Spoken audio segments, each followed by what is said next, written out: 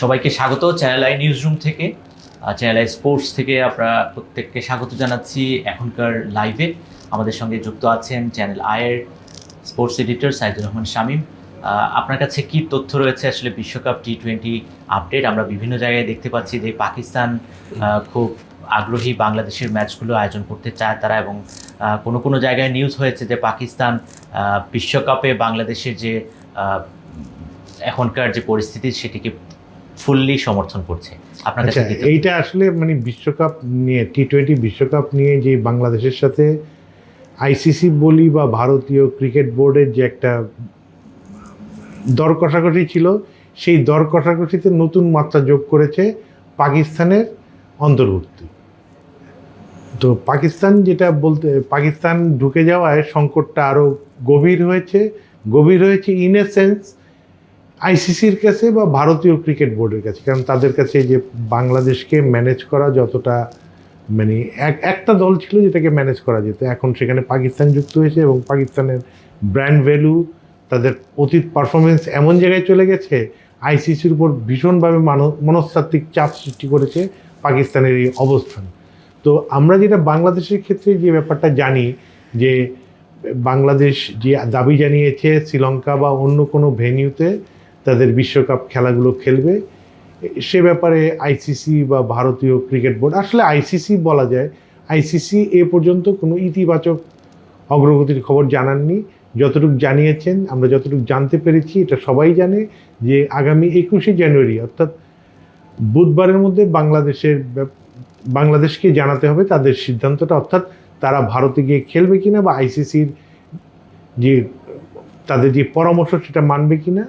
তো সেটা তো বাংলাদেশ আগেই বলেছে এবং এখনও যে অবস্থান, সেই অবস্থান পরিবর্তন হয়নি। বাংলাদেশ ভারতের মাটিতে যে টি-20 বিশ্বকাপ খেলবে না নিরাপত্তাজনিত কারণে।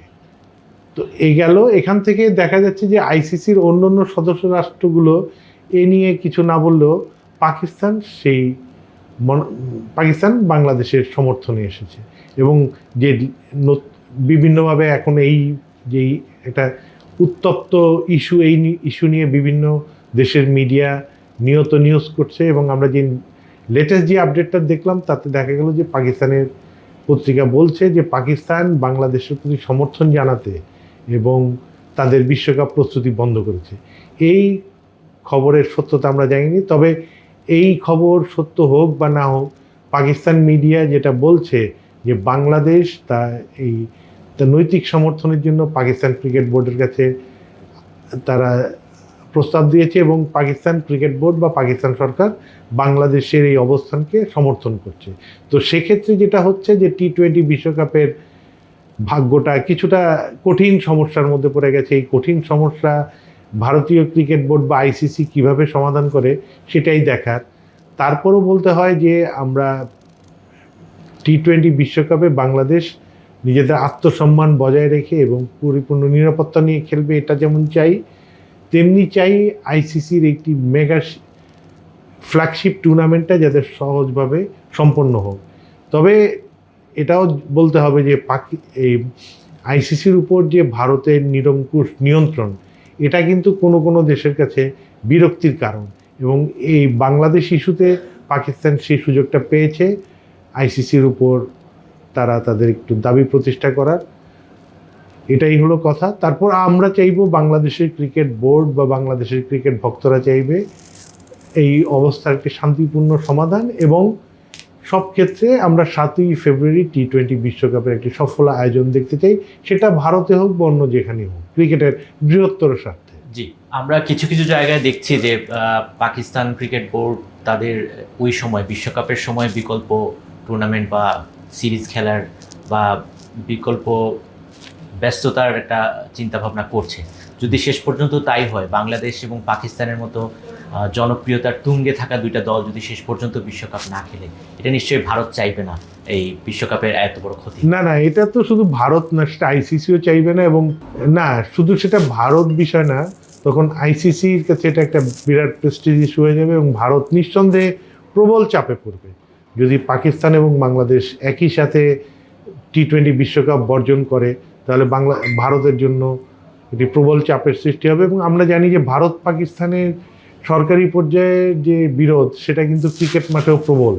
কিছুদিন আগে যে এশিয়া কাপ হলো, পাকিস্তান সেটার আয়োজন করেছিল, ভারত কিন্তু তাদের মাঠে না গিয়ে একটি নিরপেক্ষ ভেন্যুতে সেই পুরো টুর্নামেন্টটা খেলেছে, এমনকি ফাইনালও খেলেছে। এবং তারপর যেটা অসৌজন্যমূলক আচরণ ছিল, এশিয়ান ক্রিকেট কাউন্সিলের যে সভাপতি যিনি পাকিস্তানের প্রতিনিধিত্ব করেন, তার কাছ থেকে তারা ট্রফিটাও নেয়নি এবং সেই ট্রফিটা এখন পর্যন্ত চ্যাম্পিয়ন ভারতকে দেওয়া হয়নি।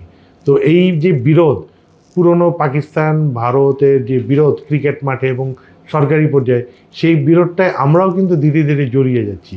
তো আমরা চাইবো না যে এই বিরোধটার মধ্যে আমরা একটা পক্ষ হই, কারণ আমাদের ক্রিকেটের যে অবস্থা তাতে আমাদের সব শক্তিশালী দলগুলোরই সমর্থন দরকার, তাদের সাথে সহযোগিতা দরকার। বরং সত্যি কথা বলতে কি, বাংলাদেশ রাজনীতি মুক্তভাবে ক্রিকেট খেলুক, ক্রিকেট মাঠে যে রাজনীতি হয় তার বাইরে থাকুক, এটাই আমরা চাইবো। আমরা চাইবো ক্রিকেটের উন্নতিতে বাংলাদেশ মনোনিবেশ করুক। তো পাকিস্তান যেভাবে বাংলাদেশকে সমর্থন জানিয়েছে, এটা বেশ, এটাই স্বাভাবিক, কারণ বাংলাদেশ নিজেদের ডেপ্রাইভ মনে করেছে এবং পাকিস্তান মনে করেছে বাংলাদেশের দাবি বা যৌক্তিক, সেজন্য তারা সমর্থন জানিয়েছে।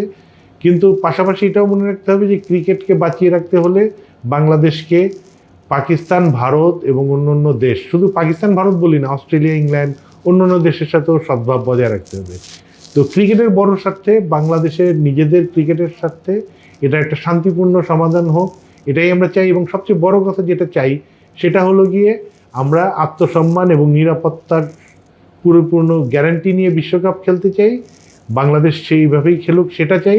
এবং পাশাপাশি আমাদের এই ইস্যু নিয়ে আমরা যেন কারোর শত্রু না হই, বা ভবিষ্যতের যে ক্রিকেট অর্থনীতি তাতে যাতে আমাদের বাংলাদেশের ক্রিকেট ক্ষতিগ্রস্ত না হয়, সেদিকে নজর রাখতে হবে। তবে সব কিছু নির্ভর করে 21শে জানুয়ারি কী সিদ্ধান্ত আসে তার উপর। আপনাকে অসংখ্য ধন্যবাদ লাইভে যুক্ত হওয়ার জন্য। আপনাকে ধন্যবাদ।